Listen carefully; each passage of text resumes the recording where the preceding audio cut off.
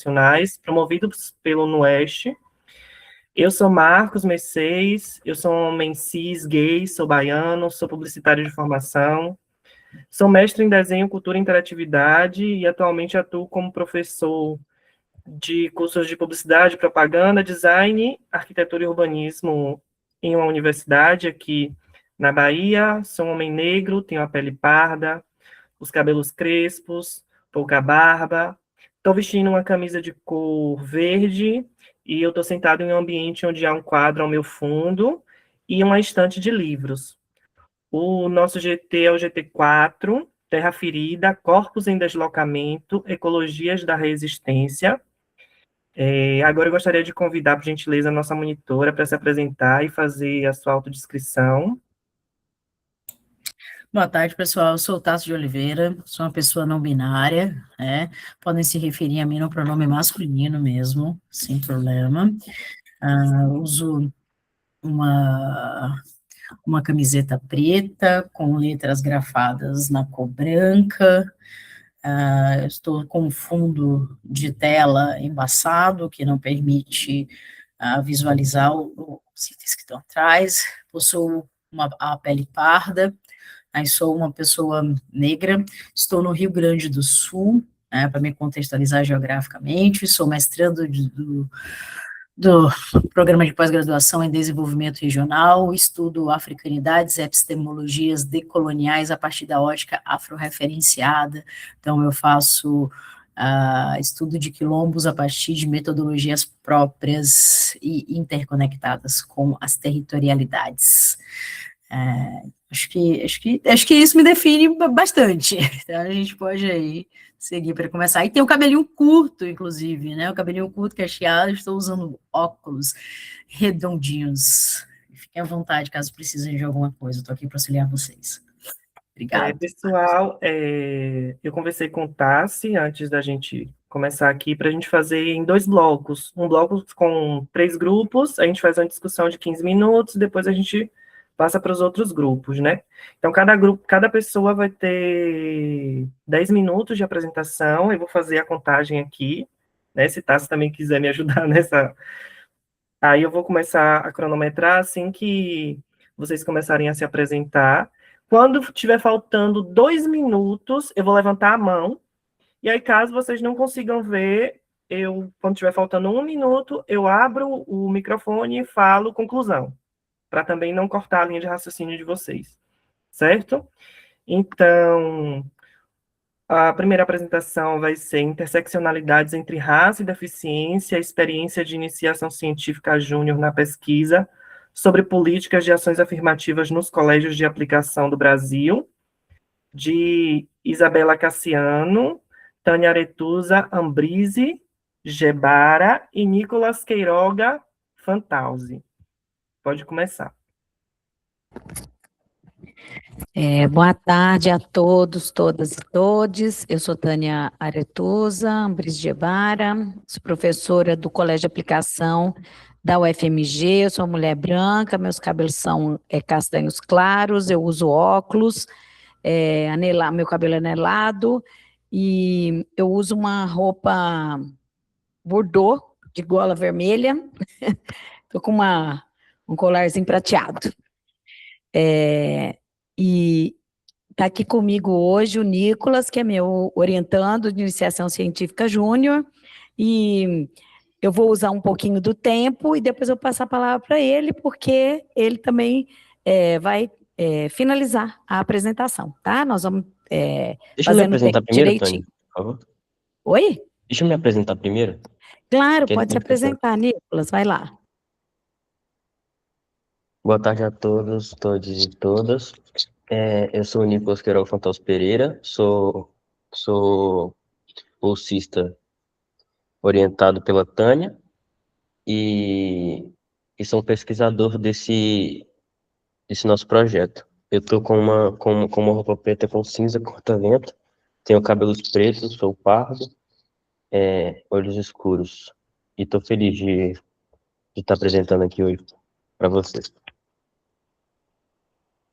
Obrigada, Nicolas. E é um prazer, né, estar nesse evento, e Eu vou projetar aqui, ver se ficou aí na tela, gente. Só um minutinho.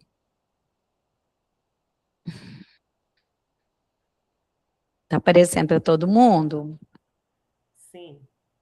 Sim. Bom, então, nós somos lá da UFMG, né? São 25 colégios de aplicação no Brasil, são vinculados às universidades federais, e eu trabalho num deles, que é o Centro Pedagógico, que faz parte, né, da Escola de Educação Básica e Profissional da UFMG. Então, lá tem o Colégio Técnico, o Centro Pedagógico, que é uma escola de ensino fundamental, e o Teatro Universitário. Essas 3 unidades, esses 3 centros, né, compõem uma unidade de educação básica que a UFMG mantém. Então, nós estamos fazendo pesquisa lá, e essa pesquisa especificamente, ela está dentro de um guarda-chuva de pesquisa, que é coordenado pela professora Nilma Lino Gomes, que foi minha orientadora de doutorado, né? Então, a professora Nilma Lino Gomes, ela conduz um INCT, que é o Instituto Nacional de Ciência e Tecnologia, fruto desse edital, e essa pesquisa é um dos subprojetos que está dentro desse guarda-chuva.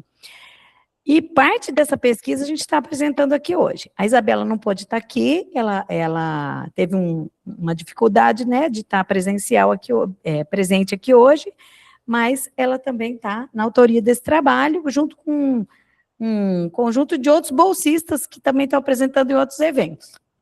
Bom, então eu vou passar rapidinho aqui. Então, a pesquisa, ela tem esses títulos: Políticas de Ações Afirmativas do Colégio de Aplicação do Brasil, e a gente estuda as interseccionalidades entre raça e deficiência.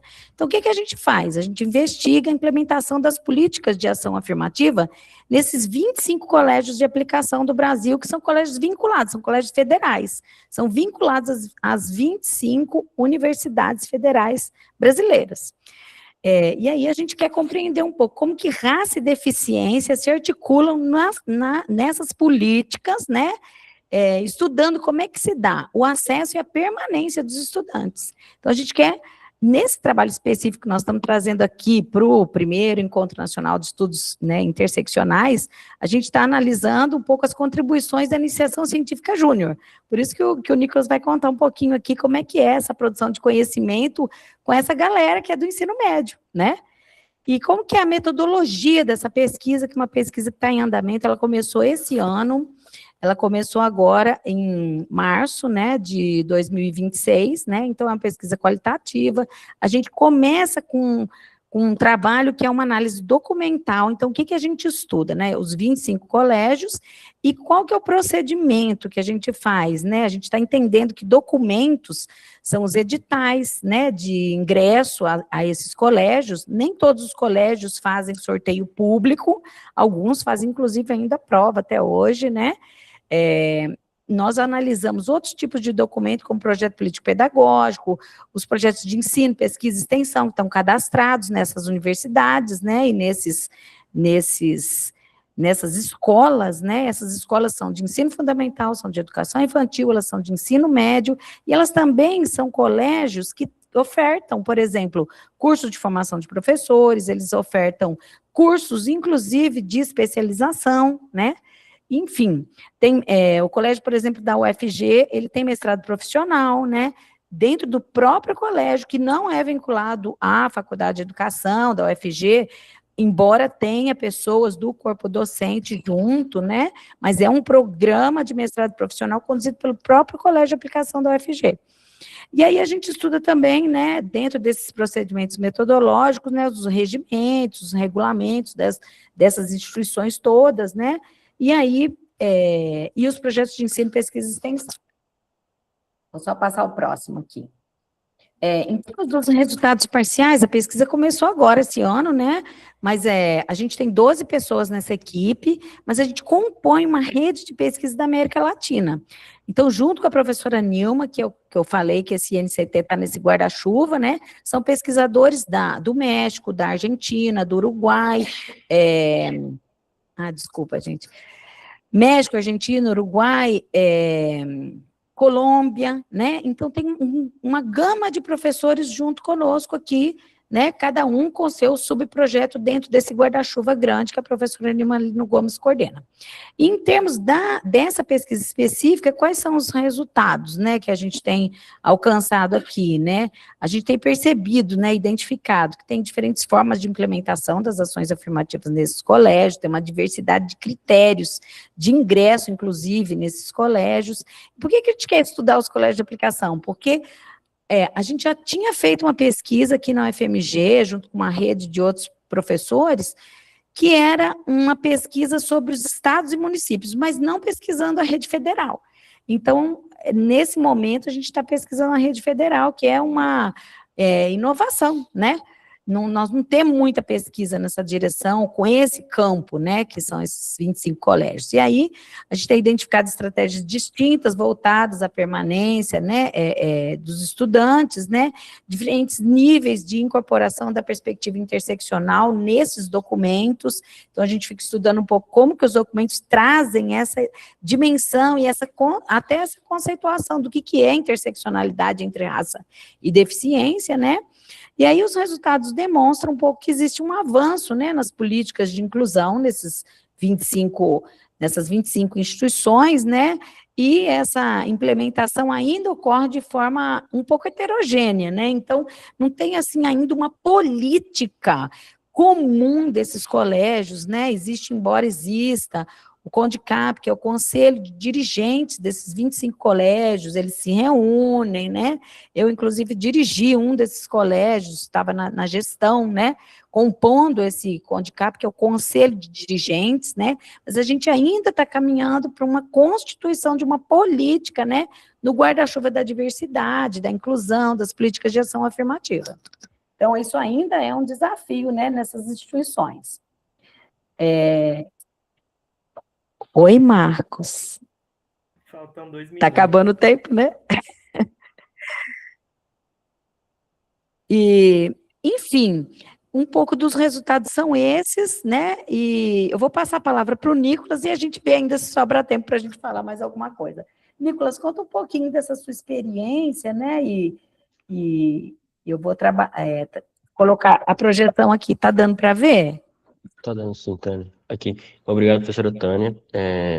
Eu vou dar continuidade à apresentação, destacando as contribuições da Iniciação Científica Júnior para o desenvolvimento da nossa pesquisa.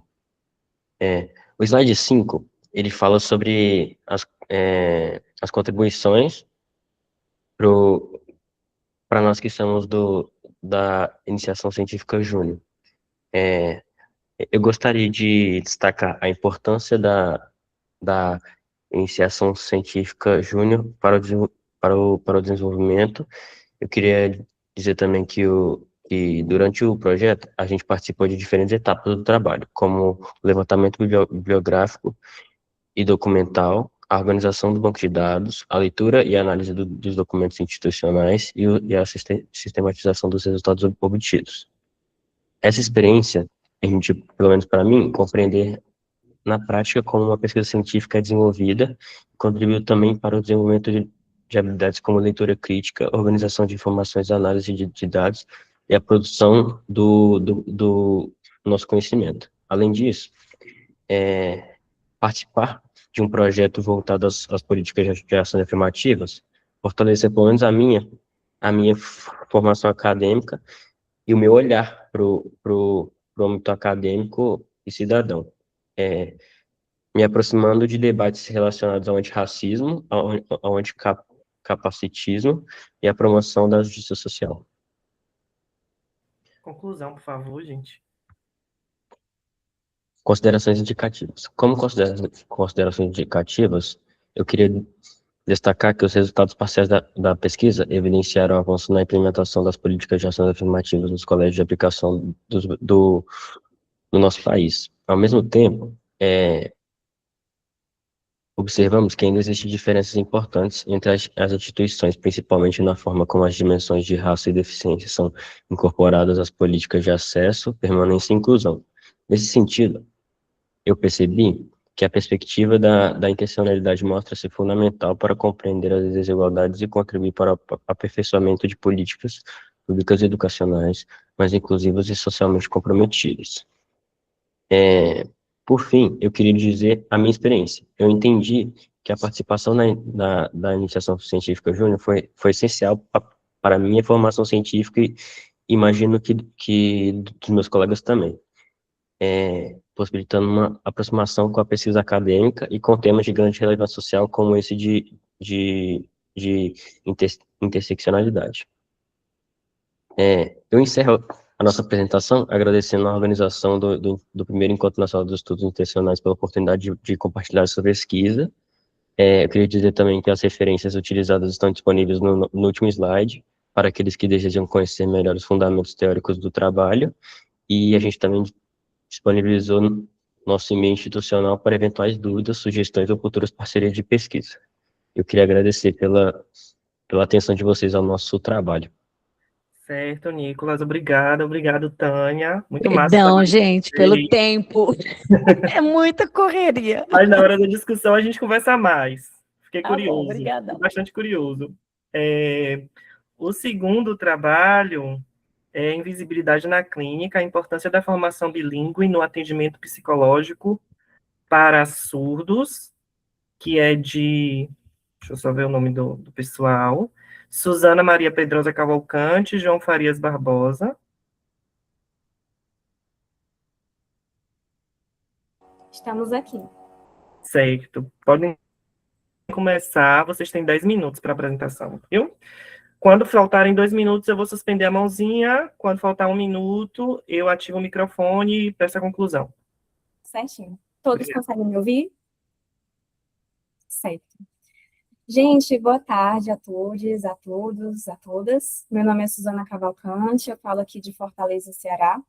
Eu sou graduanda em Psicologia na Universidade de Cristos, em conjunto com meu colega João Farias, e eu apresento hoje o nosso trabalho intitulado Invisibilidade na Clínica, a importância da formação bilíngue no atendimento psicológico para surdos. Para iniciar, eu faço a minha autodescrição. Eu sou uma mulher branca, cis, de cabelos ruivos escuros, eu uso óculos redondo com armação dourada, eu tenho olhos castanhos. E hoje eu estou vestindo uma blusinha roxa, bem leve, porque está fazendo muito calor aqui em Fortaleza, com uma manga curta. E atrás de mim tem um cenário embaçado por conta do filtro, mas é uma parede branca. E eu estou muito contente em estar novamente aqui no evento da Noite. Pode passar, João. Então, o nosso trabalho surge, na verdade, de uma conversa que eu tive com o João a partir de uma ausência que a gente percebeu no ambiente acadêmico em psicologia e fundamentalmente aqui na nossa cidade, de Fortaleza, que foi, afinal, cadê os profissionais de saúde mental preparados para atender a comunidade surda? Então, foi a partir dessa inquietação que o nosso trabalho se estruturou. Pode passar?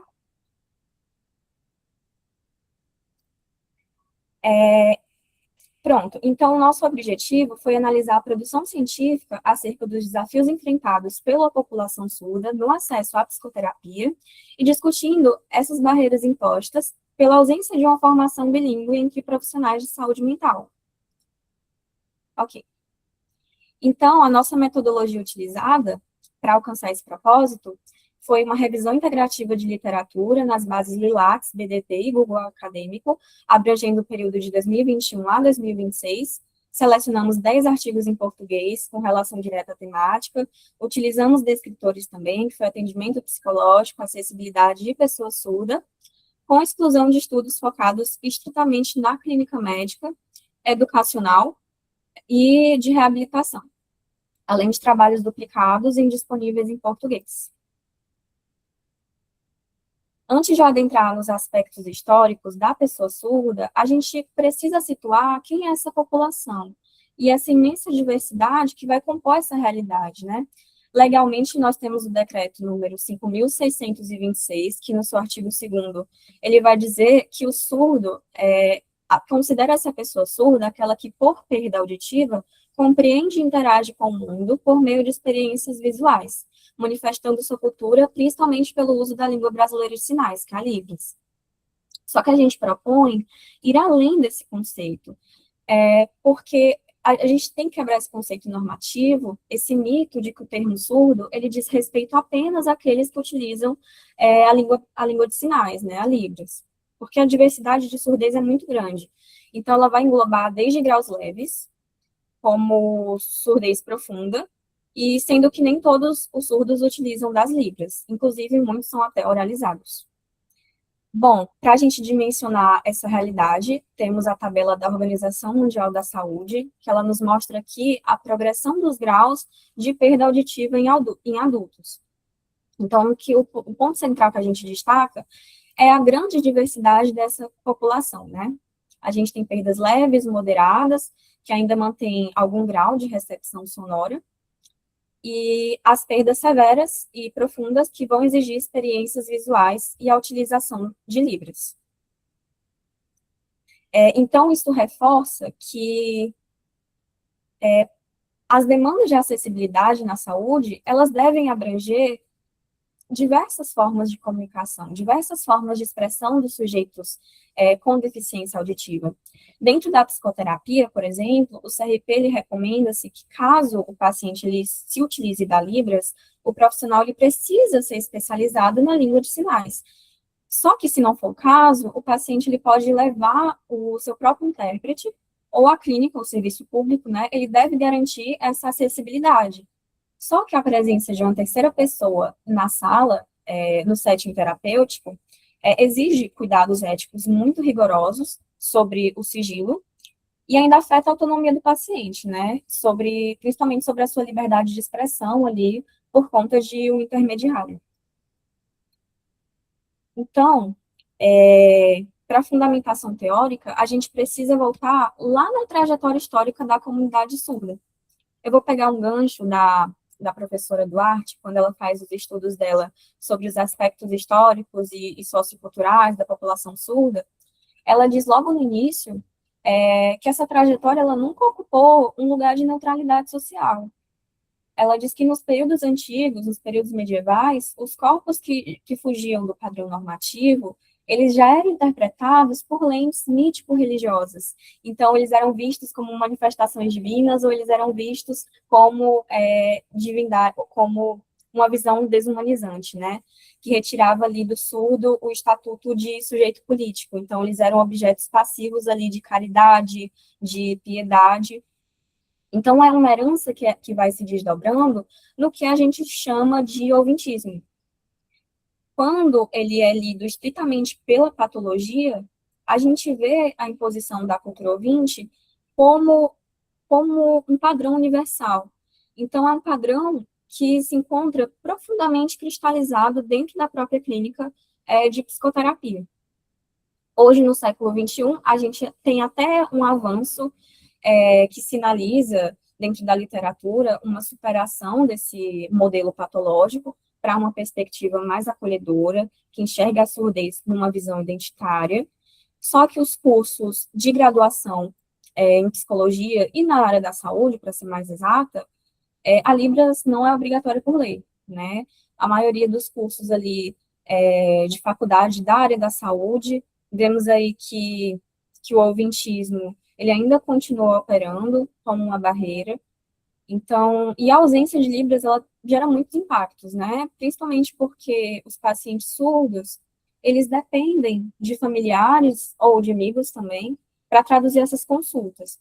Então, o que ocorre, né? Que ele perde o direito de falar diretamente com o profissional e perde o direito de falar sobre o próprio corpo também.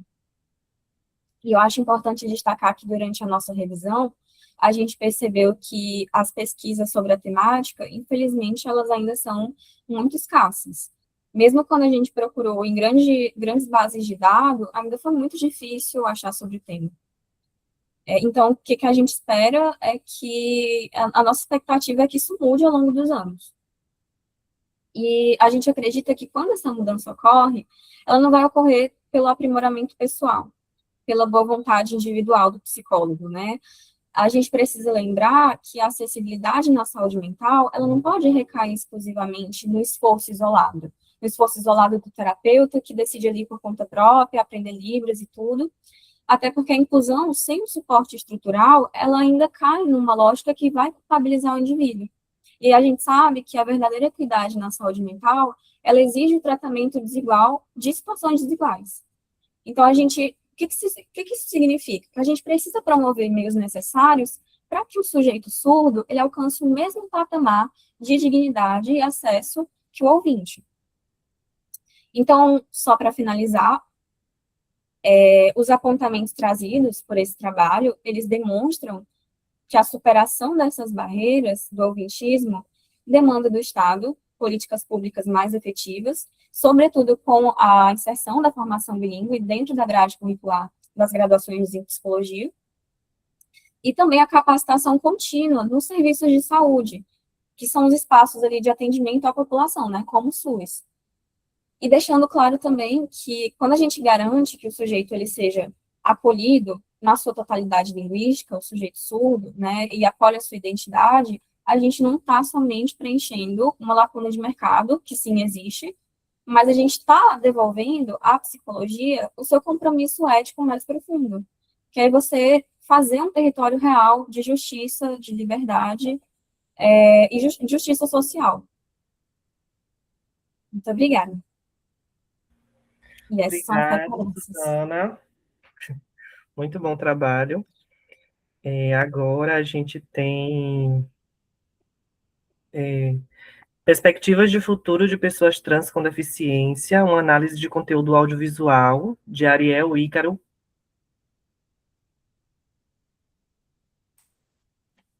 Olá, tudo bem? Obrigado. Vou começar a compartilhar a minha tela, então. Certo. Acho que deu. Dá para ver direitinho? Calma, tô carregando aqui.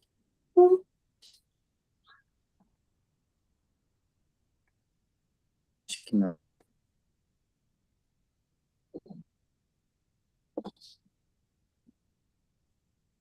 Aqui dá para ver melhor? Pronto. Tá na tela. Deu para ver, né? Perfeito. Bom, como você já falou, meu título é Perspectiva de Futuro de Pessoas Trans com Deficiência, uma análise de conteúdo audiovisual. Eu sou Ariel Ícaro Borados de Ágio, eu estou fazendo mestrado agora na FEFELESH, na USP, e eu vou falar especificamente de um documentário. Essas são as pessoas que dirigiram esse documentário. Ele foi financiado pela Lei Aldir Blanc em 2021, e a direção e produção é completamente de pessoas trans. Aqui tem uma roupa delas, são pessoas muito legais, caso vocês se interessem. É um documentário que tem interseccionalidade desde a sua base, por isso que eu achei que caberia muito falar nesse congresso, nesse evento, né? Das 8 pessoas trans entrevistadas, procuram retratar, tem uma pessoa surda, um homem cadeirante, pessoas de diferentes classes sociais e idades. Então, procura retratar a diversidade dentro da categoria de pessoas trans, né? Aqui tem o textinho, né, tipo, um resumo do documentário. E ele está disponível no YouTube, enfim, como deu para ver. Deu para ver aqui, ele está disponível no YouTube agora. Ficou fora do YouTube por um tempo, mas agora voltou. Então, em 2021, ele foi feito no começo da flexibilização das regras restritivas, né, relativas à pandemia de Covid-19, então dá para ver, assim, algumas pessoas de máscara no background, assim, do documentário, e esse texto já começa introduzindo o documentário falando sobre o Brasil ser o país que mais mata pessoas trans e travestis pelo 13º ano consecutivo. Eu queria passar um tempo falar um pouco sobre esse dado especificamente.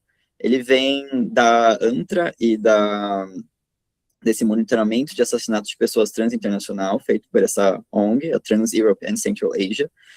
O de 2026, aqui eles fizeram um mapa, e dá para a gente ver como aqui no Brasil o número é muito mais alto do que todos os outros, né, 2.048 mais ou menos nessa área, dá para dar um zoom, né, no mapa oficial, no mapa interativo, e tem pelo menos 1.000, são só da região sudeste do Brasil. Então, ao mesmo tempo que é muito real a disparidade, né, dos assassinatos na América do Sul e no Brasil especificamente, é importante a gente ter em mente que esses dados não são absolutos. Tem muitos países, especialmente aqui na área do Oriente Médio, que não medem esse tipo de dado, E, além disso, tem muita subnotificação. Não que não tenha subnotificação no Brasil, mas que esses outros dados, que são baixíssimos, são subnotificados com muita certeza. Os dados que a gente tem do Brasil especificamente vêm da ANTRA, né? Que isso é uma organização, enfim, conhecida entre as pessoas trans, por fazer essa medição há muitos anos. No ano de 2021, quando foi feito o documentário, eles tinham mapeado 140 pessoas trans mortas nesse ano, dentre elas 135 mulheres trans e travestis, e no documento que essas mulheres, elas, em sua grande maioria, são mulheres pretas e pardas, estão relacionadas muitas vezes em situação de rua, né? Então, é importante que esses dados que eles trazem, né, no começo do documentário, no trecho, esse resumo do documentário, mas que ele é importante de ser contextualizado, especificamente porque eu especificamente vou falar sobre um homem trans cadeirante e branco, então ele é afetado por esses dados de uma forma diferente, ele não é a vítima dos assassinatos como eu mostrei, né, de acordo com os dados da ANTRA. Enfim, eles fazem o recorte de 8 pessoas trans, de diferentes pontos do Rio Grande do Sul, e como eu já falei antes, o foco deles é os atravessamentos identitários interseccionais de pessoas trans, que tendo, então, a interseccionalidade como base para o documentário, eles vão atrás de pessoas múltiplas, de pessoas diversas dentro da comunidade trans. E, para isso também, eles fazem uma cena de backstage, né, de por trás das câmeras, que eu acho muito legal, porque como as pessoas da produção e da direção são trans também, mostrar como elas documentam faz parte do objetivo do documentário, né, contribui para esse objetivo. Então, especificamente sobre o que eu quero falar sobre hoje, relacionar as pessoas com deficiência que eles trouxeram, uma delas especificamente, que é o Henrique, né, um homem trans cadeirante. O objetivo seria refletir sobre a interação da transfobia e do capacitismo, tendo em mente como essas formas de preconceito podem se sobrepor ou potencializar.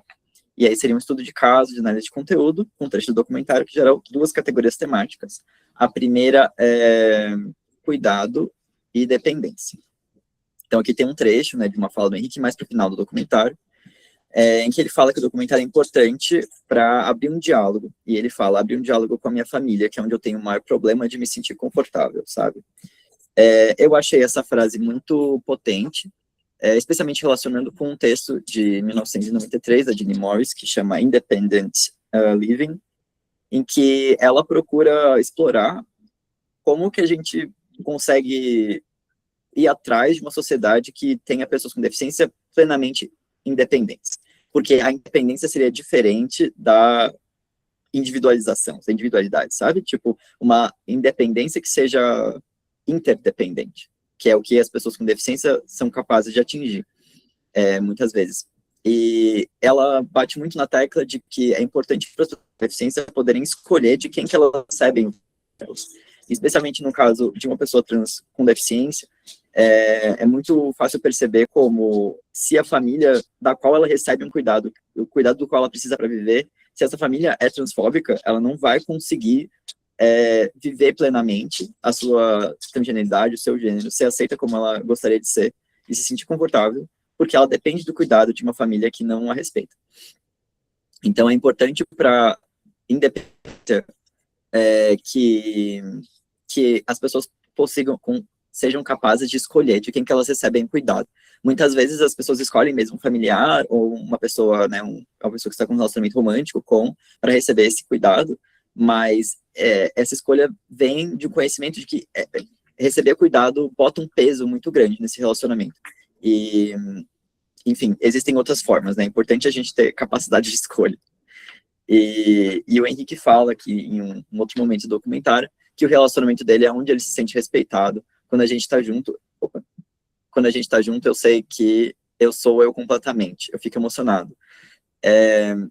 Então, dá para ver que ele também tem uma relação de cuidado e uma relação de reciprocidade com a namorada dele.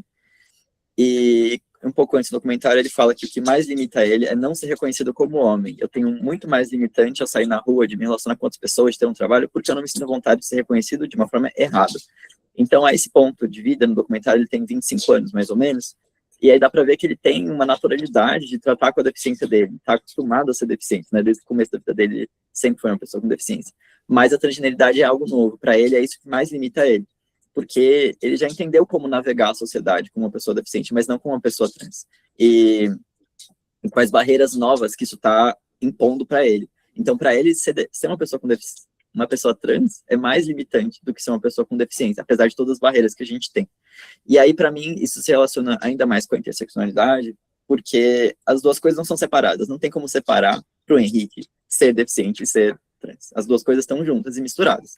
Então, como a Kimberly Crenshaw fala, né, tipo, tem os diferentes eixos de opressão e não tem como separar as duas coisas, né? Eles meio que se indicam. E, para mim, um eixo que deixa muito claro a impossibilidade de corponormatividade, e eu trago o Pedro Lopes, para ele a corponormatividade seria uma norma compulsória que dita os usos, formas e visuais aceitos para o corpus. Então, dá para ver que tanto pessoas com deficiência, cujos corpos precisam atuar de formas diferentes, ou precisam de acessibilidade de formas diferentes, ou têm visuais diferentes da norma, quanto pessoas trans, que também têm visuais diferentes da norma,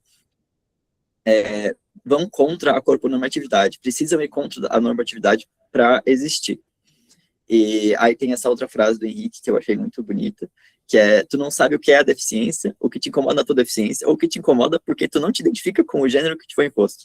Ninguém explica que são coisas diferentes. Porque faz muito sentido para mim que na vivência deles são coisas muito juntas. Tipo, é preciso que seja explicado que são coisas diferentes, mas na experiência mesmo, pessoal, essas coisas são vividas, misturadas, sabe? E a gente precisa racionalmente, didaticamente, separar elas, mas, né, na vivência pessoal elas são juntas. E aí, falando da perspectiva de futuro dele, que é o outro, né, eixo de análise que surgiu a partir dos trechos do documentário, ele fala sobre o diagnóstico que ele recebeu, no qual ele viveria até os 3 anos. Desculpa, estou chegando na conclusão. E ele já tem 25 anos, então ele fala que ele vive sempre em relação com esse diagnóstico. E hoje em dia ele vive vivendo um tempo perdido, porque ele viveu até agora como uma mulher, e faz pouco tempo que ele saiu do armário como um trans. E isso eu relacionei com a Rita Caron, que é uma autora da medicina narrativa, em que ela fala sobre como os médicos, eles têm o poder de dar forma à experiência caótica, que é a dor e a doença. Só que eles não têm noção da responsabilidade que está envolvida nisso. Por médicos, o poder de definir o seu futuro, definir sua identidade. E isso é um poder imenso. Então, de que forma o conhecimento técnico da medicina capacita alguém para imaginar quanto tempo ela vai viver, quando que a morte vai chegar para ela? Não tem conhecimento técnico que permite a gente fazer uma previsão correta, sabe? E é uma previsão que impacta muito fortemente a vida da pessoa que recebeu isso. O Henrique vive a vida toda dele pensando, putz, eu estaria morto já, sabe? Eu viveria só até os 3 anos, eu tenho 25, sabe? Eu tô emprestando tempo, sabe? Nunca tá sempre perdendo tempo, sabe? Então, isso é uma outra coisa que relaciona a vivência da pessoa com deficiência com a vivência de pessoas trans, que é o poder da classe médica em definir as nossas narrativas. Então, em conclusão, eu acho que a história do Henrique, ela é um caso muito interessante para a gente olhar a intersecção dessas duas opressões e ver o que elas têm em comum. Para mim, o mais importante é que os objetivos políticos são alinhados. Tanto pessoas trans quanto pessoas com deficiência se beneficiam de políticas que focam em autodeterminação de corpos e na despatologização de experiências diversas.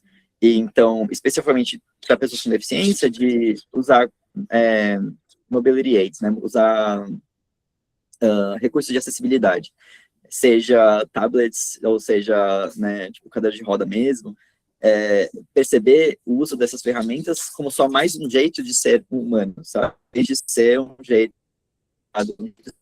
diferente, um jeito doente, sabe? E as pessoas trans também lutaram há muito tempo para tentar ter a nossa vivência despatologizada e ser visto com respeito, né? Então, para o Henrique, a transgeneridade cria barreiras extras no acesso de um cuidado que deveria ser de qualidade, deveria ser um cuidado respeitoso.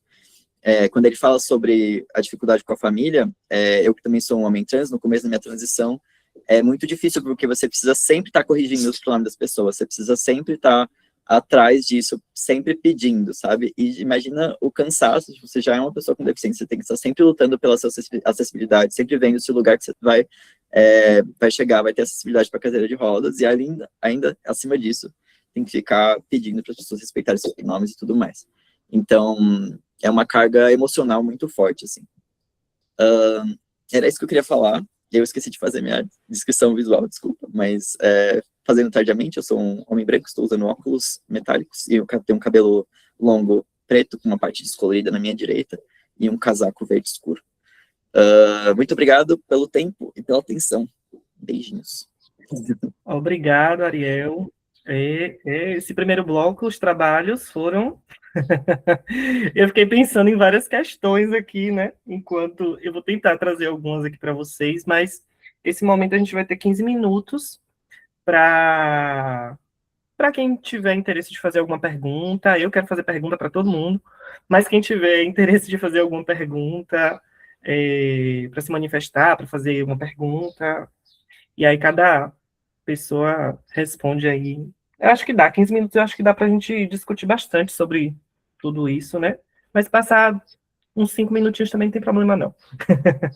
Eu acho que todos os trabalhos não vão apresentar hoje, então quem quiser fazer alguma pergunta pode levantar a mão, por favor.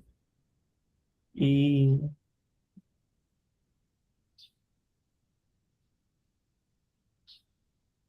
Ariel quer fazer uma pergunta. Pode fazer, Ariel. Eu quero parabenizar todo mundo também, que nem a Tânia mostrou aqui no chat. Obrigado, Marcos, por contar o tempo. A minha pergunta era para a Suzana, mais um comentário, eu acho, talvez.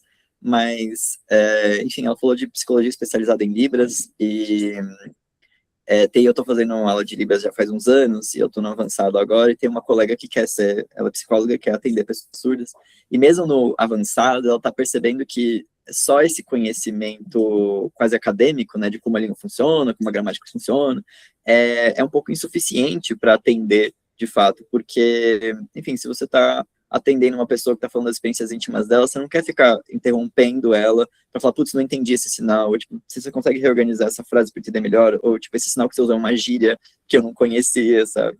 E o quanto está sendo importante para ela participar de eventos com pessoas surdas, né, ter amigos surdos, e para eventos mesmo, e conversar no dia a dia, né, em Libras, porque é aí que ela consegue ter uma fluência que permite que ela entenda o que um paciente futuro falaria.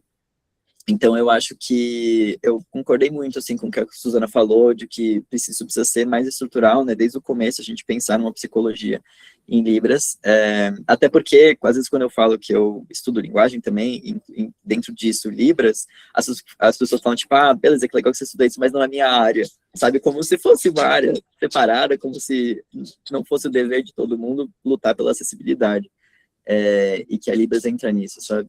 Então, eu só achei muito legal ouvir da perspectiva da Suzana, e acho que era só mais um comentário mesmo. Obrigado. Vai lá, Suzana. Pronto, Ariel, eu concordo totalmente com você. Eu acho que a minha proximidade com Libras, ela começou quando eu era bem novinha, porque eu tinha uma vizinha surda quando eu era mais nova, e aí eu precisei encontrar novas formas de me comunicar com ela, né? Então, eu acho que sim, a certificação profissional, ela é importante dentro da graduação, tanto que dentro do nosso trabalho, a gente trabalhou muito isso, né? Tanto a formação acadêmica, mas também iniciativas também são igualmente boas, para a gente poder se comunicar melhor com o sujeito surdo, né?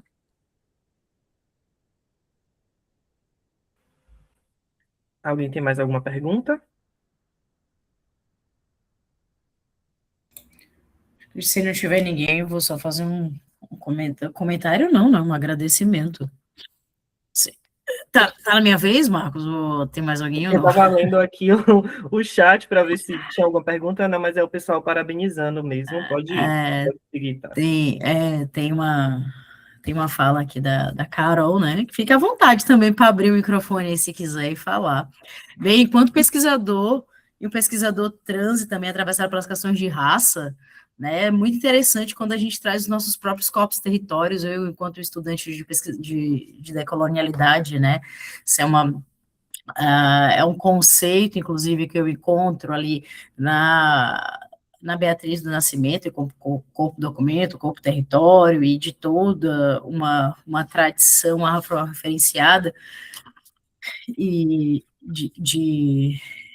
de afro-identificação também, de quando esses corpos marginalizados eles falam. Quando eles falam, a gente começa a perceber uma outra potência, um outro revestimento, inclusive, né, das nossas trajetórias acadêmicas, e o quanto que é difícil, inclusive, a gente chegar na academia, antes de mais nada, né, e ter que sempre legitimar os nossos saberes. E muitas vezes esses saberes, metodologicamente, eles nem conversam com a gente, eles não foram capazes de captar essas periferias, né? Então, começando do trabalho da Tânia com o Nicolas, vejo o Nicolas tão jovem, de uma jovialidade, que eu digo, de uma maturidade científica que está sendo construída agora, nesse sentido, usando o jovem nesse sentido, e aí olhando para essas outras pesquisas, né, por conta também de mais cronologicamente avançadas, a gente já está em outros níveis de desenvolvimento de pesquisa, essa maturidade do pesquisador, e verificando, né, Tânia, desde aqui, o quanto é que eu já posso verificar uma metodologia viva nisso aqui tudo, porque quando eu olho para o trabalho do Colégio de Aplicação, fiquei muito feliz de ouvir o nome da Nilma, assim, né, para quem já conhece, já ficou aqui assim, tipo, meu Deus, já começou a se derreter, mas olhando para a metodologia viva, o quanto que esse lugar de diálogo, né, de disseminação do conhecimento, porque, veja, aqui eu ouço a pesquisa da Suzana, eu ouço a pesquisa do Ícaro, ainda vou escutar dos demais, mas o quanto é importante que a iniciação científica, ela se instaure, e para mim tinha que ser até na escola também, para proporcionar outras realidades, outros mundos, e que para de repente a gente não tenha mais que falar sobre os saberes sobre corpos marginais, né? Mas em uma justiça, cada vez mais para uma justiça epistemológica, né, para outras oportunidades de também fazer conhecimento. Então, agradecer, né, pela confluência que está sendo feita aqui agora, pelo ineditismo também que está sendo posto, e ver o quanto que a gente consegue, se a gente colocar em degrauzinhos aqui, o quanto que isso funciona na prática.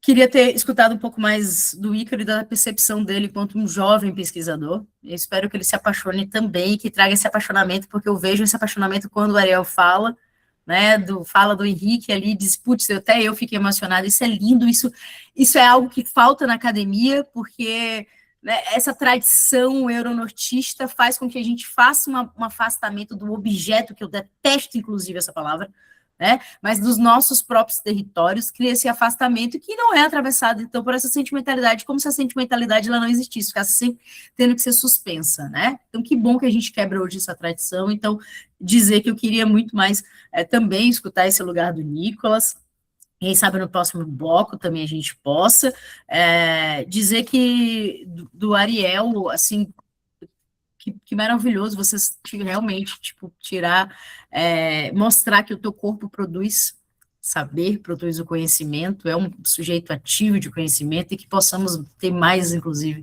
Sinto falta, né, de corpos trans produzindo saberes, estando também em lugares tão dolorosos quanto é a academia, muitas das vezes, que a gente possa encontrar lugares, então, onde a gente possa corazonar, né? E a Suzana, eu fiquei encantada também, parabéns, você tem uma oratória incrível, Suzana, uma oratória fantástica, assim, muito clara, muito objetiva, né? O Ariel também, eu fiquei muito feliz com os corpos políticos que vocês trazem para a perspectiva de vocês, e que a gente possa, novamente, a gente possa muita coisa, né? Principalmente estando aqui nesse momento para, como diz o Paulo Freire, nos conscientizarmos. Bem, era isso. Parabéns por todos os trabalhos apresentados até agora. Gente, eu queria falar um tiquinho, que é o seguinte, essa é minha primeira apresentação num evento científico, né? Eu tenho 17. Acontece. Eu tenho 17 eu anos. falei que era um jovem. Tenho 17 Parabéns, anos. E eu tá? queria agradecer pela oportunidade que vocês estão me dando, que eu achei bem legal. Eu vou aproveitar que o Nicolas está falando e também por conta de tempo, né? Eu ia fazer uma pergunta para cada um, mas eu acho que a gente pode deixar para o bloco 2, se sobrar tempo e tal. Mas eu queria perguntar a Nicolas, justamente por ser um jovem pesquisador, né?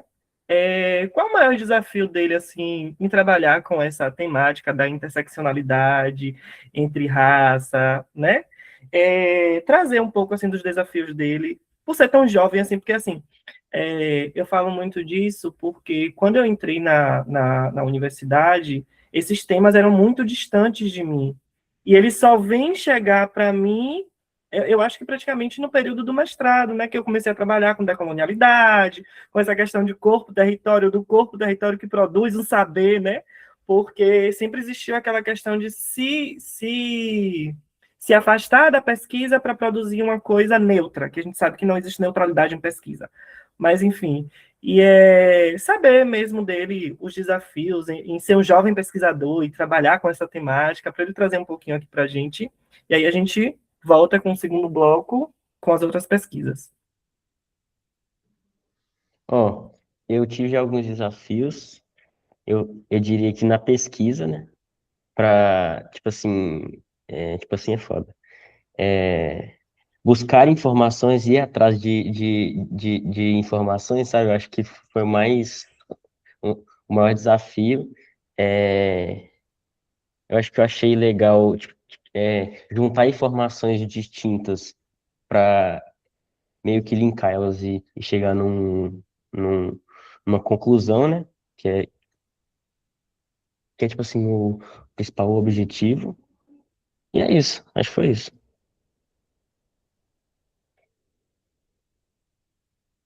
Acho que foi isso. Fechado, então, Nicolas. Obrigado. Obrigado a todo mundo. Parabéns pelos trabalhos. A gente já pode começar o segundo bloco, né, Tassi? Eu não sei se todo mundo já está aqui. Eu vou fazer só uma chamada de novo para ver se o pessoal que não tinha aparecido chegou, né? Uhum. E aí a gente começa. Vitória Cristina, já está por aí? Vitória Cristina, não. Leonardo da Silva Pereira, Ana Maria Marques, tem alguém? Não. Então, eu acredito que agora a gente só vai ter o de Ellen, Vitória, né? Que estava com aquele problema de falta de energia. Isso. Que E o pediu para de ser a Daílson. última. E o de Isso. Aí Daílson. agora é a Daílson É e na Daílson. sequência a Ellen. Ellen já tem energia? Só para a gente ficar ciente se ela vai conseguir apresentar de fato.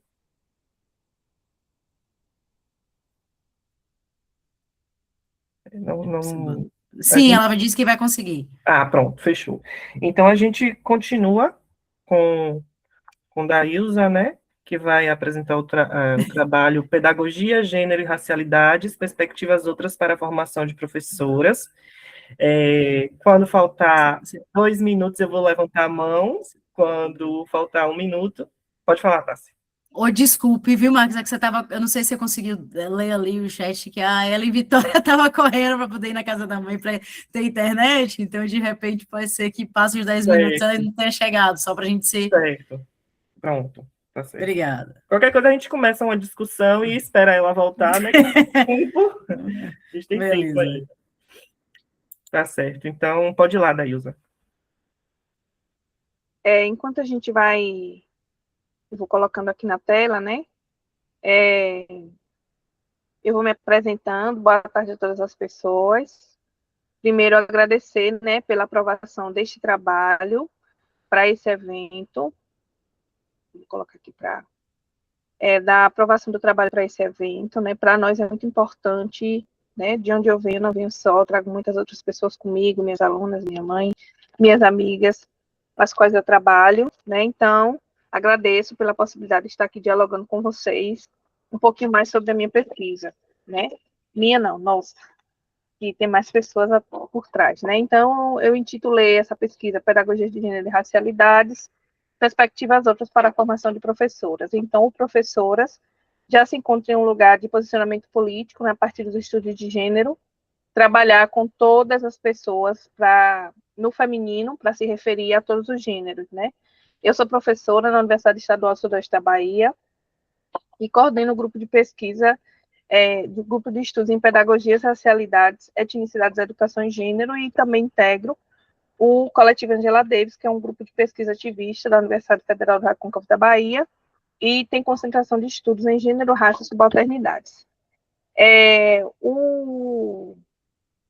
Essa pesquisa, nessas reflexões tecidas para esse trabalho, é oriundo dessa pesquisa que está sendo desenvolvida na Universidade Estadual do Sudoeste da Bahia, juntamente com Railane, que é minha bolsista de iniciação científica, Ariana, Jéssica e Joyce Moraes, Ariana Passos, Jéssica Azevedo e Joyce Moraes, onde a gente investiga questões de gênero e afro-indígenas nos projetos pedagógicos dos cursos de pedagogia dessas 4 universidades do estado da Bahia, né?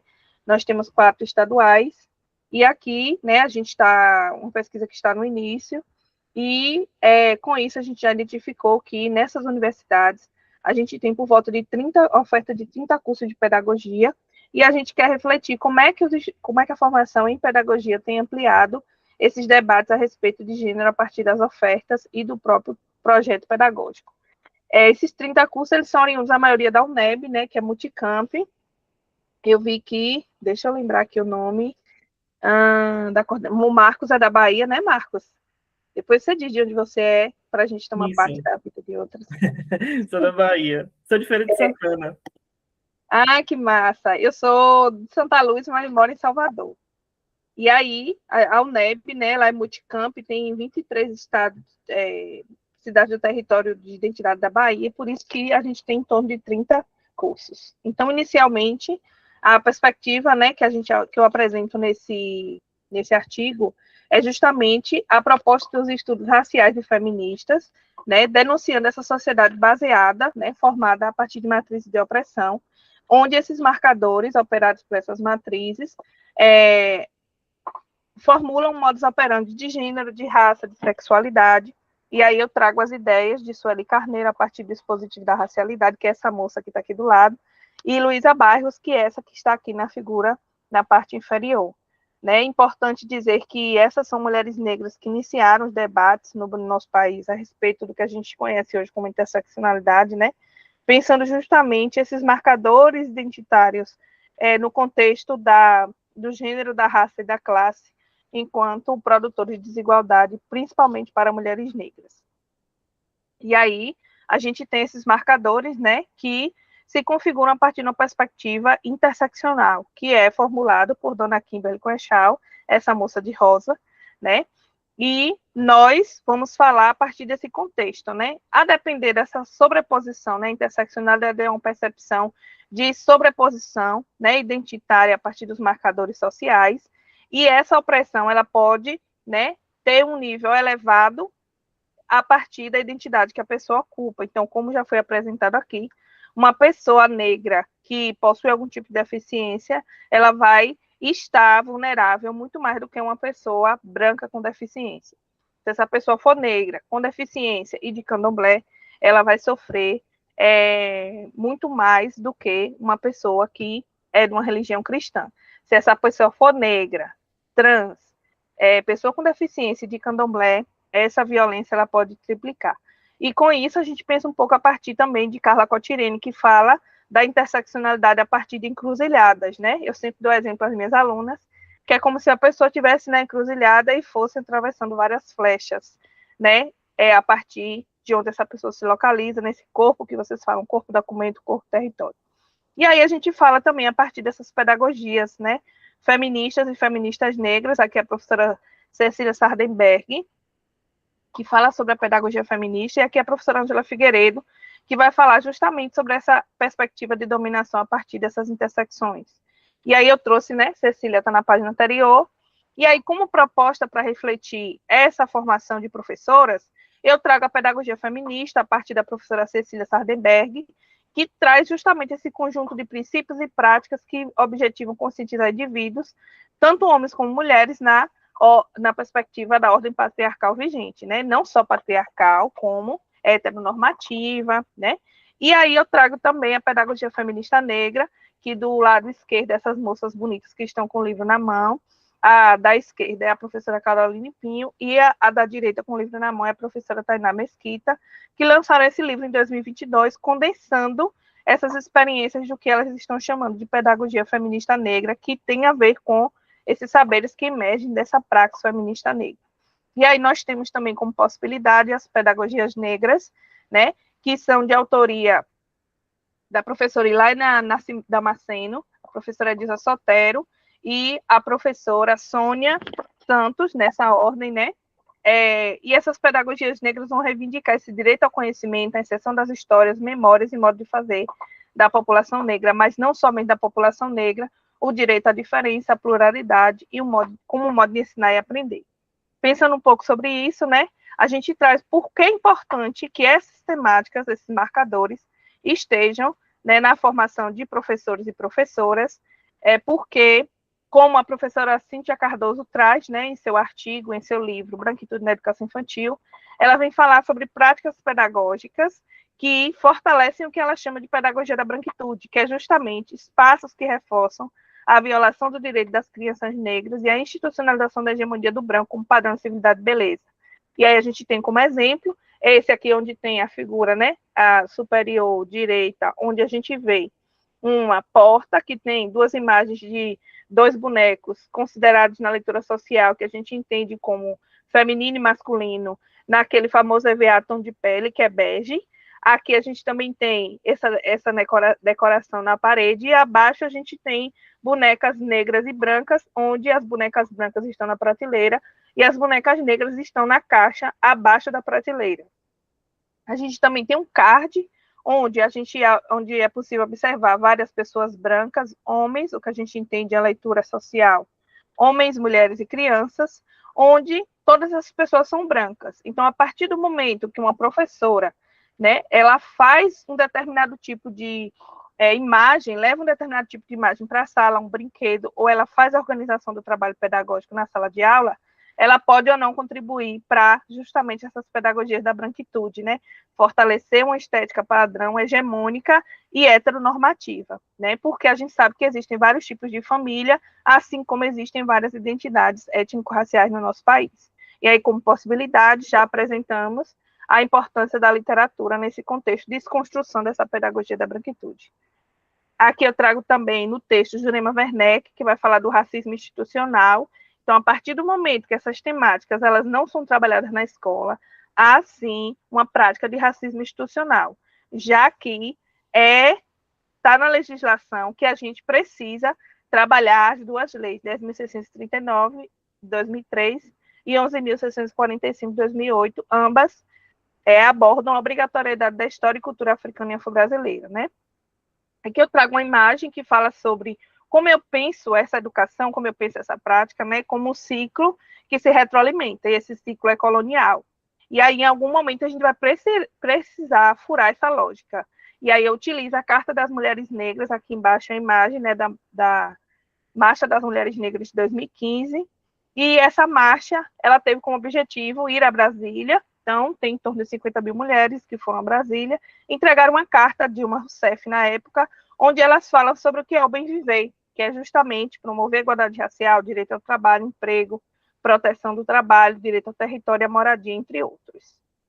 Aqui também eu trago, né, a autora Bernadette Gatti, nessa imagem aqui, que vai sinalizar essa constante reflexão a respeito dessa prática formativa de professoras, reconhecendo a importância da construção e desconstrução desses elementos relacionados à cultura, né? Aqui eu trago algumas reflexões que eu já fui falando, e aqui eu trago minhas referências, né? E a importância de valer as duas leis, que vão tornar obrigatório, né, como eu disse, o ensino de história e cultura africana e afro-brasileira.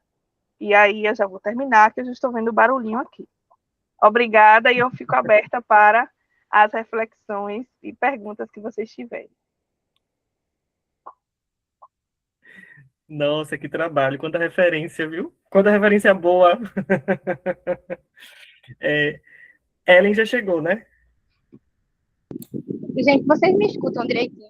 Sim. Escutamos. Vocês vão escutar uns barulhos, mas enfim, vai dar certo. Eu vou aqui, pronto, essa aqui.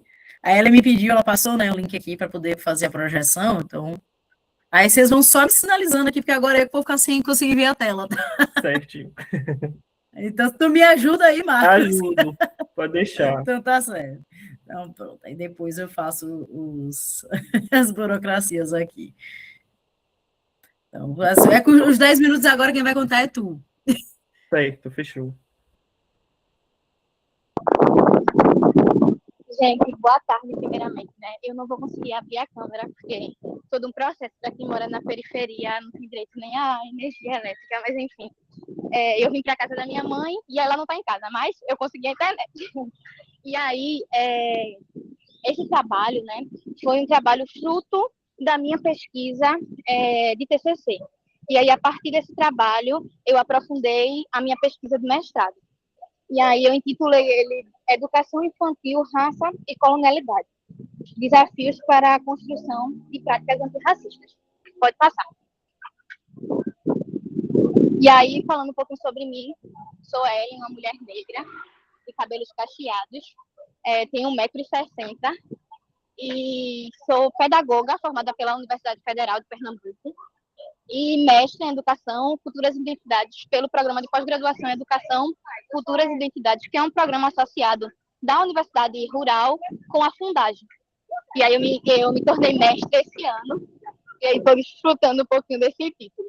E aí esse trabalho, ele surge de uma inquietação minha a partir do meu olhar para práticas pedagógicas na educação infantil.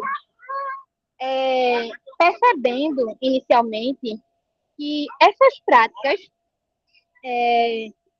não tinham uma centralidade na raça, principalmente na organização da primeiríssima infância, que trata-se de 0 a 3 anos.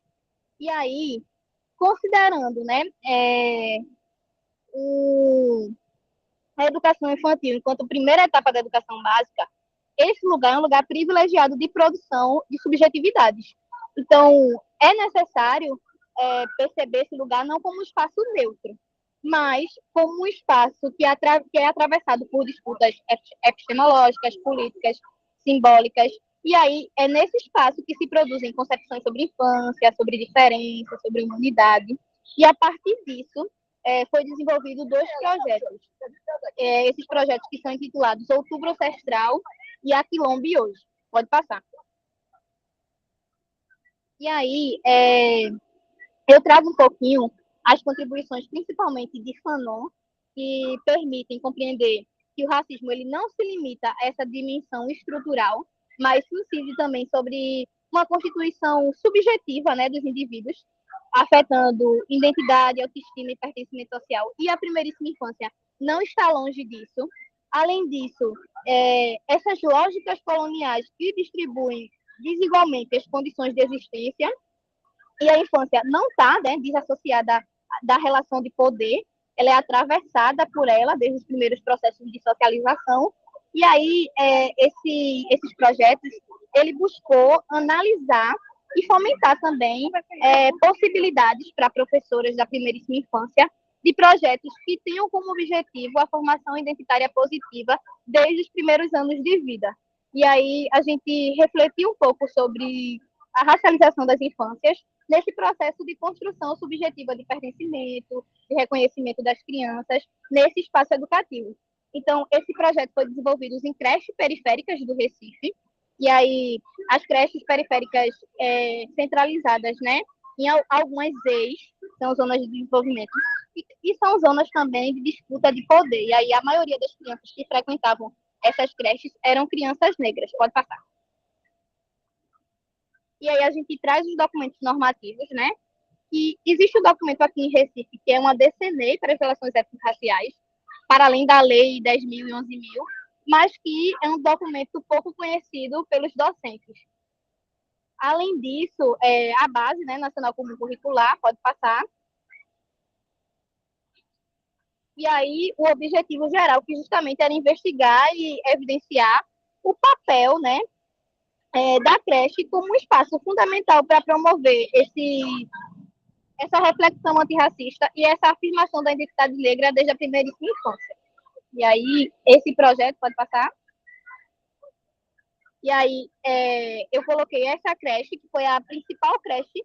A gente também teve outras creches, mas essa creche é a creche Mãezinha do Coque, que é localizada na Ilha de Joana Bezerra. E a creche atende 250 crianças.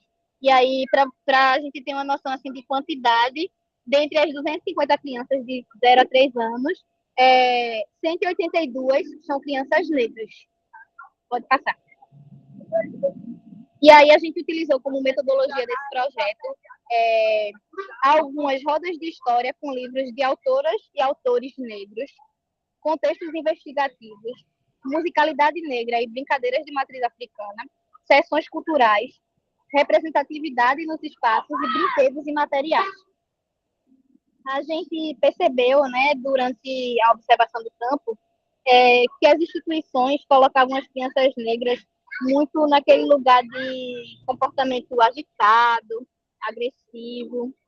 Embora, né, se tinha esse olhar cuidadoso, mas a análise desses episódios, não só esse, como outros, uma falta de cuidado com cabelo e pele negra, nos fez perceber que a organização das práticas pedagógicas ainda era orientada por princípios legais de reprodução.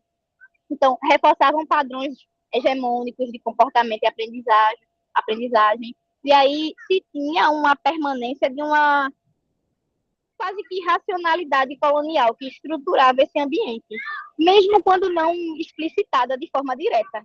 E aí a gente percebeu que era como se fosse um regime que produzia uma diferenciação e que definia quais vidas são mais ou menos reconhecidas em sua plena humanidade.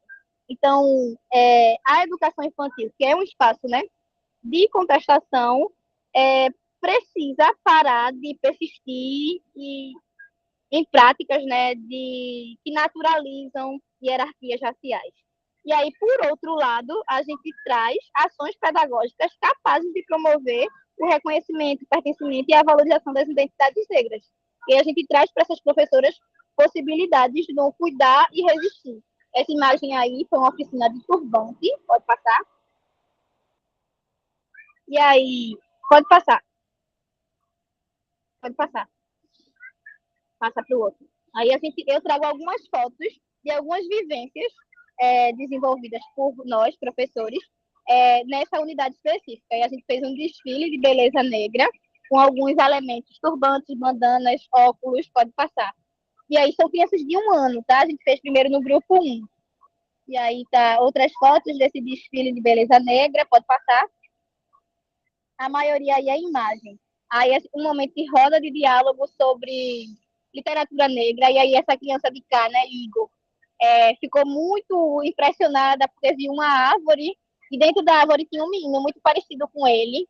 Aí as crianças puderam folhear o livro, tiveram a oportunidade de ouvir histórias, né, se ver através das histórias, pode passar. E aí os turbantes, os espelhos, pode passar. A gente trouxe também sessões culturais para as crianças, então outras possibilidades. Como a gente está na favela, né, a gente trouxe o brega funk aí como a musicalidade da favela, além de outras manifestações culturais também, pode passar. E aí a gente percebe, né, que a partir dessas práticas, teve outras práticas, mas como era 10 minutos eu coloquei poucas fotos. E a gente vê que a partir dessas práticas torna-se possível, né, afirmar que a educação infantil ela não pode ser compreendida fora das dinâmicas históricas e estruturais que acabam organizando a sociedade, especialmente no que se refere às relações raciais. E aí, quando a gente retoma os objetivos propostos, a gente observa que o racismo estrutural ele se manifesta assim no cotidiano institucional, muitas vezes de forma implícita, outras vezes de forma explícita, e é através dessas práticas pedagógicas e também das práticas de cuidado e das formas de organização do espaço educativo, né, como disponibilidade de materiais, de bonecas, pentes específicos, hidratante para pele negra, que acaba transformando, né, esse ambiente, possibilitando uma construção de uma educação mais antirracista. E aí, quando a gente vê uma abertura para práticas, não só em datas comemorativas específicas, como a Semana da Consciência Negra, que é necessário que esse trabalho seja realizado não só em datas pontuais, mas o ano todo, a gente vê que existe a possibilidade de começarmos a formar essa identidade positiva desde ali do grupo 1 e dos bebês e crianças bem pequenas. Pode passar? E aí a gente traz a afirmação da identidade negra na infância, e essa afirmação ela não pode ser adiada. Cuidar na creche também é um ato político e ancestral que precisa ser ressignificado à luz, né, da urgência de uma educação antirracista.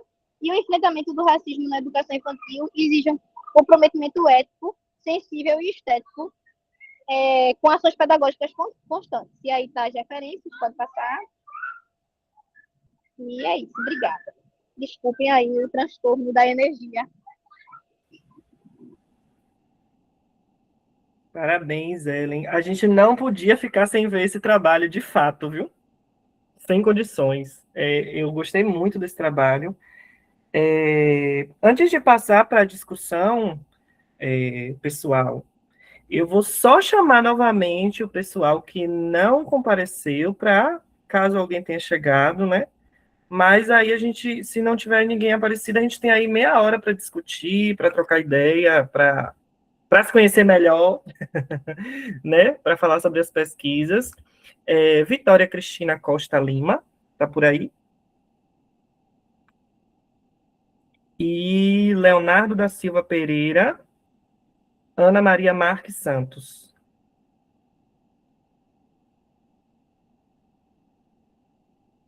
Não, né? Então, somos só nós. Que somos potentes, né? Com esses trabalhos que vocês me apresentaram agora no final, principalmente da Ilza e Ellen. Eu vou começar falando aqui, depois eu abro para as perguntas, mas porque toca num lugar muito sensível meu, enquanto novato nessa experiência de docência na universidade. Eu estou atuando como professor na universidade privada, e aí quando o Dailza fala desse lugar de que surge como um lugar onde as imagens da branquitude vão retroalimentar, de certa forma, os processos pedagógicos na escola, né? E aí, quando eu chego na graduação, que eu vou dar aula para os alunos, os primeiros marcadores que os alunos olham são minha cor, minha sexualidade, né? Porque fica explícito que eu sou uma pessoa LGBT, e ainda tem um marcador que me atravessa em determinados momentos, que é a juventude, por eu ser jovem, né? Então, quando a gente vai olhar para essas imagens, né, que são mostradas de cientistas, de pessoas que atuam na educação, são pessoas brancas, pessoas mais velhas, e isso toca num lugar muito sensível em mim, porque eu comecei a perceber isso nesse processo e tive que começar a fazer terapia para não enlouquecer em sala de aula, por conta de todas essas questões, e como isso vai começar ali na infância, né? Quando eu não tenho essa pedagogia que vai trabalhar com gênero, com raça, quando eu não tenho essa pedagogia que Ellen mostra, que ela traz o que a Zoila Trindade vai chamar de valores civilizatórios afro-brasileiros, né? Que é a corporeidade, a circularidade, ela fala muito da musicalidade, que ela trabalha com musicalidade nesse projeto dela. Então, foram trabalhos assim que me tocaram bastante. E eu quero parabenizar e agradecer, né, por eles, enfim. E deixo aberto aí, se vocês quiserem falar mais alguma coisa sobre esses processos, para depois a gente ouvir outras perguntas. Pode ir lá, Dailza. Olha, eu sou faladeira, viu? Pois é, então, essas questões, o meu trabalho, eu acho que passa por esse lugar e chega onde Ellen chegou. Então, tal qual você e tal qual algumas pessoas, eu só fui conhecer essas temáticas no mestrado, né? Então, hoje, quando eu trabalho com, acho que foi a Tássia que falou, não foi Tássia, alguma coisa assim, não estou lembrada. Eu também sou uma jovem senhora. Diga aí que eu vou lhe dizer se foi ou não. Não, é sobre conhecer as temáticas muito tardiamente. Eu falei também. Ah, o Marcos. Foi o Marcos, né? Então. Aí, com isso, eu tive na minha graduação uma disciplina que foi História e Cultura Africana e Afro-Brasileira, mas isso não foi tensionado ao longo do meu curso. Então, eu costumo dizer que eu não estava amadurecida academicamente, porém, contudo, entretanto, eu não vi sentido naquela disciplina, não me moveu, não me afetou. Hoje, quando eu vou trabalhar com as minhas estudantes, o meu primeiro objetivo é afetá-las, de maneira que elas já saibam ali, para que não façam como eu, passar pela disciplina e lembrar só de alguns textos. Eu li Bell Hooks alisando meu cabelo e eu não refleti porque eu alisava meu cabelo. Então, assim, teve alguma coisa ali naquela conexão que não fluiu. Então, hoje, quando eu falo para professoras em exercício e em formação inicial, eu busco sempre trazer um sentido. O que é que eu posso impactar? Às vezes eu levo um vídeo, boto todo mundo para chorar, levo uma imagem, faço alguma coisa para elas poderem perceber que é importante esse trabalho, porque senão elas só vão passar pela disciplina e não vão trabalhar coisa nenhuma lá na escola, eu não vou ter como saber. E nós, professoras, a gente tem uma perspectiva que é lançar a semente, mas a gente não vai ver se vai crescer ou não. A gente, ao mesmo tempo que lança, tem que preparar a terra, lançar, molhar e jogar para florescer. A gente não vai ver se vai florescer ou não, né? Então, é o tempo que a gente tem para fazer isso. Então, eu digo sempre às minhas alunas que eu não vou ter como acompanhar, mas eu espero muito que elas continuem o trabalho que eu fiz ali. Eu digo que, como a professora Claudilene da Silva, que ela fala sobre volta inversa no baobá do esquecimento, combate às práticas de branqueamento, que ela fala, né, da história do baobá, e aí ela comenta sobre esse processo que foi um processo colonizatório, quando as pessoas foram vendidas, né, tiradas dos seus lugares, elas davam uma volta no baobá para esquecer de quem eram. Aí homens davam 9 voltas, mulheres 7 voltas, antes de entrar nos navios. E aí ela fala que agora a gente vai dar a volta inversa nesse baobá. E a gente vai trabalhar a identidade, vai trabalhar pertencimento. Aí eu digo que agora elas fazem parte da pedagogia do baobá, que é dar a volta inversa no baobá. E tem que fazer a gente lembrar de quem a gente é. Para que essas crianças aí que ela entrou, que ela apresentou, elas não vão precisar fazer que nem eu, que dizia que era morena. Elas vão saber que são negras, vão ter orgulho da sua cor, da sua história, do seu cabelo, dos seus traços. Totalmente diferente da infância de muitas pessoas aqui, 30 a mais, né? Então, o meu trabalho é completado pelo de Ellen, né? Então, essa necessidade, ela é todo dia, não tem como a gente parar. E aí eu agradeço muito pela possibilidade que vocês trouxeram no meu trabalho. Quero falar um pouco dos trabalhos também que foram apresentados. Agradecer a vocês também, né, por apresentarem. Eu sou uma mulher cis, heterossexual, e o meu lugar de fala é de quem observa o quanto a comunidade LGBT passa pelas violências, né? E as mulheres trans, elas têm, né, a expectativa de vida de 35 anos. Eu tenho 37. Então, eu preciso lutar para que as mulheres trans tenham a mesma expectativa de vida que eu. E assim como todas as pessoas trans. Então, nós, que somos do nosso grupo, precisamos falar entre nós. Pessoas héteros, falar com pessoas héteros sobre a importância dessa luta. Pessoas brancas, falar com pessoas brancas sobre a importância da luta antirracista. E homens, falar entre vocês para falar sobre a importância do combate à violência de gênero, que aí não afeta só mulheres, né? Porque a gente vê que pessoas trans têm morrido de violência letal, de ódio. Quem é que está praticando essa violência? São os mesmos homens que matam as mulheres cis. Então, precisamos, o mais urgente, eu levo isso também para a sala de aula. Boto para chorar mesmo, a menina fica com o olho cheio de água. Porque se não for assim com o impacto, elas não vão se sensibilizar. Então, minha sensibilização é pela pedagogia do constrangimento. Vocês vão continuar deixando isso acontecer? Aí pronto, ó, todo mundo começa a cuidar. Porque às vezes a gente tem que fazer dessa forma, porque senão fica, eu vou trabalhar, não sou desse grupo, para mim tanto faz. Não, tanto faz não, a gente tá e a gente é responsável por cada pessoa, por cada situação de violência que acontece, que a gente não consegue fazer nada. Então, nós somos responsáveis, sim. Vai lá, Ariel. Oi, só queria comentar, você falou sobre como foi importante para você ter outras pessoas negras que foram uma referência e, enfim, falou do cabelo e tudo mais.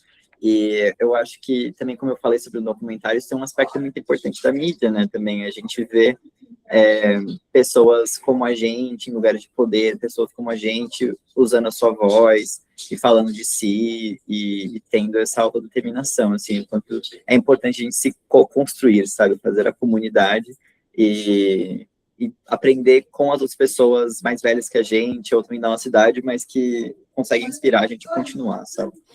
E é isso, gostei da sua fala, obrigado por hoje. Só trazendo também para algumas questões para o que a Ariel falou, é importante justamente para a gente ver que essas pessoas ocupam também outros lugares que são lugares de poder, né? Porque quando essas crianças, por exemplo, elas crescem vendo pessoas brancas, heterossexuais, ocupando sempre esses lugares, quando chegam em outros espaços, que elas vão tentar se projetar naqueles espaços, elas não conseguem se ver, né? E aí, eu não lembro qual é o autor que fala disso, mas que fala de uma geração do espelho quebrado, fala quando esse jovem ele vai tentar se projetar nesse lugar de poder, e tem uma pessoa que é igual a ele nesse lugar de poder, às vezes ele projeta até o que ele mais odeia, que é ele mesmo, porque foi ensinado a se odiar, né, o tempo inteiro. Então, o aluno que é LGBT, na sala de aula, não vai respeitar o professor LGBT, a aluna que é negra não vai respeitar a professora que é negra, né, os professores que são negros. Acontece muito nesse lugar. Eu não lembro quem foi, mas fala de um conceito chamado geração do espelho quebrado.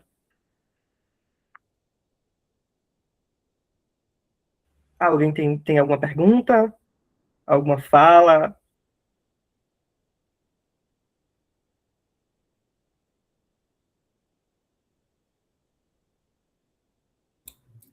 Eu ia só colocar, né, diante disso tudo, e aí eu vi na Ellen, e aí quando ela já chega, né, assim, rasgando, a pessoa que mora na favela não tem nem direito à luz, nem direito à internet. Quebra de uma, enfim, é de um Brasil tão... Ela de fato conseguiu, ela conseguiu quebrar da minha linha de raciocínio aqui. Eu que estava do outro lado, eu fiquei impactado, de fato, com isso, e aí eu só consegui pensar na seguinte tiragem, que ainda bem que a academia, ela encontrou a aldeia e o quilombo, e os espaços trans, e os ballrooms, e as peradas LGBTs, e ainda bem que a gente se aquilombou, porque encontrou a favela, porque senão a gente não teria uma Ellen, uma Daílza, uma Ariel, uma Suzana, uma Tânia, um Nicolas aqui. E que bom que espaços como esses existem, né? Sim. É mesmo, tá? Esse lugar de aquilombamento mesmo, sabe? Eu venho de um grupo de pesquisa que fala muito sobre esse lugar, sabe?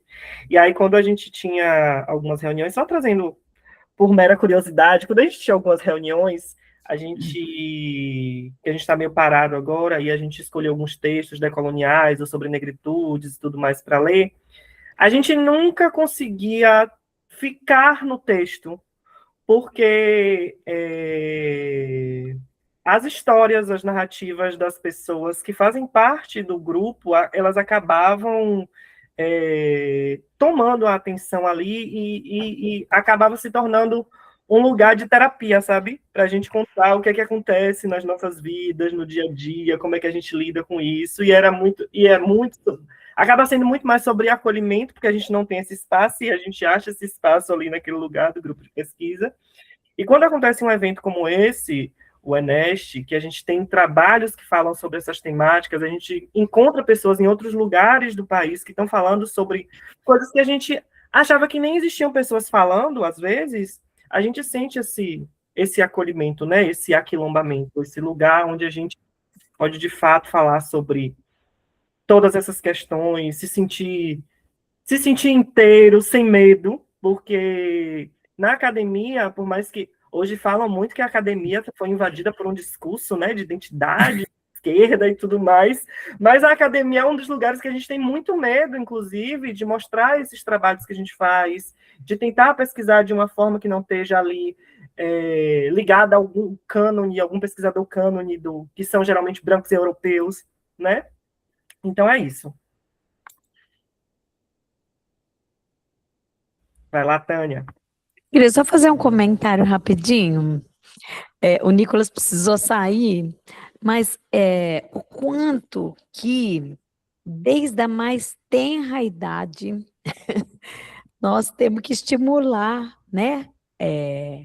Meninos, meninas, estudantes, né? A fazer pesquisa. Então, e a começar a debater todos esses assuntos que a gente só foi ter contato lá no ensino superior, ou lá no mestrado, ou lá no doutorado. Então, o quanto que desde a educação infantil, gênero, raça, classe, né, enfim, todas as categorias que a gente fica trabalhando aqui nesses eventos científicos, né, eles precisam fazer parte, né, da educação básica, entende? Então, como é que a gente faz isso, né? Esses colégios de aplicação, o que é que a gente tem percebido, né?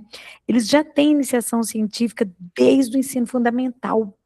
E esse negócio é uma mudança de chave de leitura, sabe? Gente, esse negócio é de outra ordem, né? Agora, não é só no ensino federal que tem que ter iniciação científica com a meninada, né? Com a molecada. Eu acho que a gente pode fazer isso, iniciação científica, na educação infantil. Como é que faz pesquisa com criança pequenininha, né? O que é fazer isso?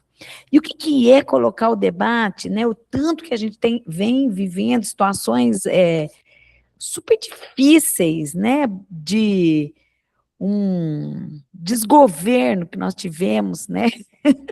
Não dá para não falar de política, né, gente? Porque, assim, as políticas de ação afirmativa, elas são isso. Como é que a gente discute gênero? Como é que a gente discute toda a situação das pessoas deficientes, trans, né?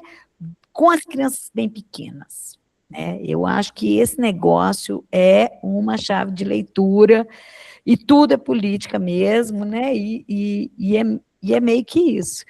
Então, a gente vem trabalhando sistematicamente para que a gente possa fortalecer esses debates e que a gente não viva isso que a gente vive, que vai chegar só lá no mestrado, no doutorado, para discutir essas coisas, né? Que nós estamos fazendo aqui nesse encontro.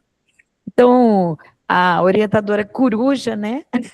Trouxe o Nicolas, porque é uma coisa legal, né?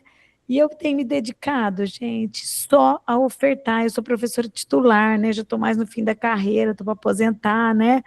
E assim, sou titular da carreira de EBTT, né? Ensino básico tecnológico, então também trabalho no mestrado, na Faculdade de Educação, a gente vai tendo essas possibilidades nessa carreira, né? E aí, o que acontece? Eu acho que é o final da carreira, qual que é o saldo, né? O saldo é esse compromisso, o compromisso, né, com as camadas populares, é o compromisso com pesquisa, com esses recortes interseccionais, porque a gente precisa gestar uma política de fortalecimento das políticas de ação afirmativa no Brasil, porque nós temos um governo e um desgoverno e um povo de direito muito, e ainda mais agora, em momento de eleição, né?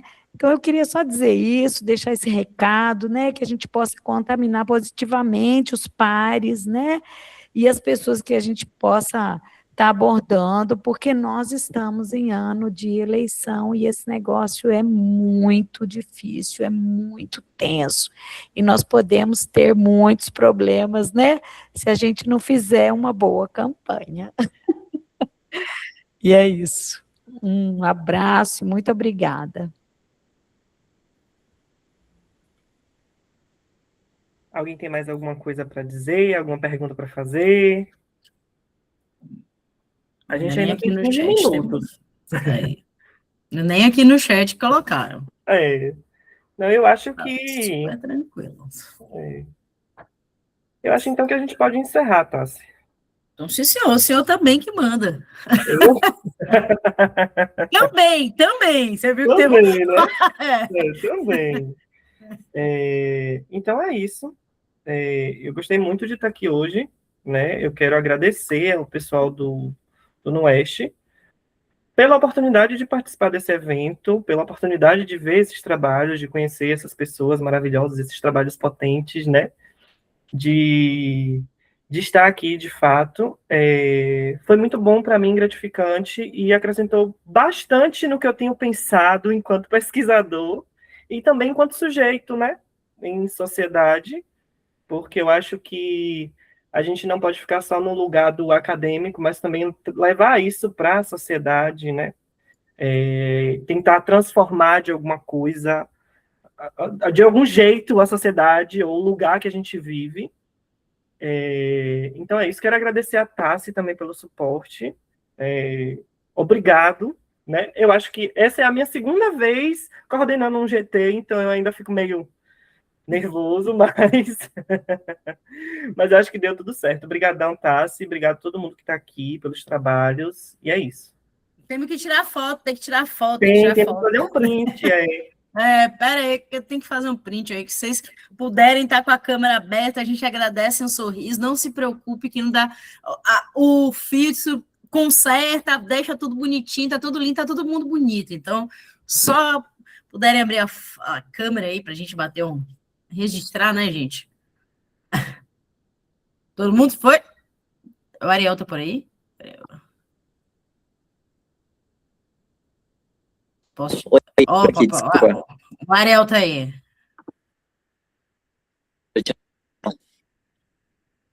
Tô só esperando sua imagem aparecer. Não sei se a câmera sua tá aberta. Ô, Ellen! Olha aí! Ellen! Então é isso. Vou bater aqui um print. Deixa eu revelar. Espera aí. Meu computador ele tem questões. E agora que o Ariel... Vou ter que tirar outra, tá, gente? Porque o Ariel chegou agora. Espera aí. Só um minuto. Peraí. Pronto, agora vai. 1, 2, 3.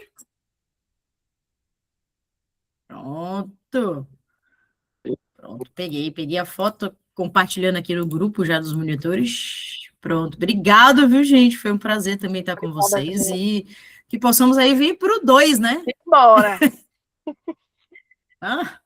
Vambora, Obrigada, meu gente. Vamos gente. com Macarajé agora. Até mais. Bora!